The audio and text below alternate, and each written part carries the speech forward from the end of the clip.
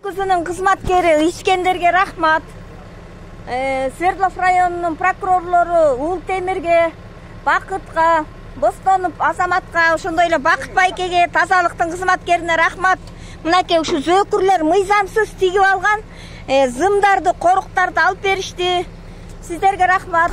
Урматтуу Канчыбек Кыдыршаевич, мынакей ушундай тазалыктын биздин укугубузду коргоп берген УКЗнын кызматкерлерине рахмат.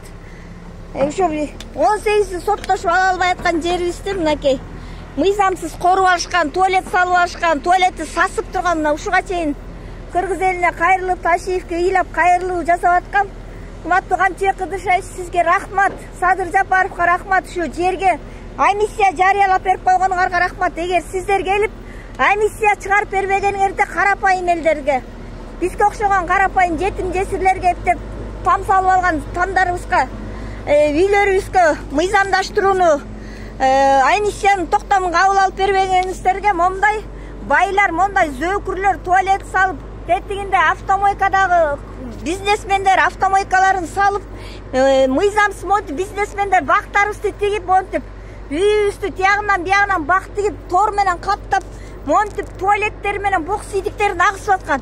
Рахмат сиздерге. Рахмат ушу бардык мамлекеттик кызматкерлерге ушу бизге жардам берип аткан.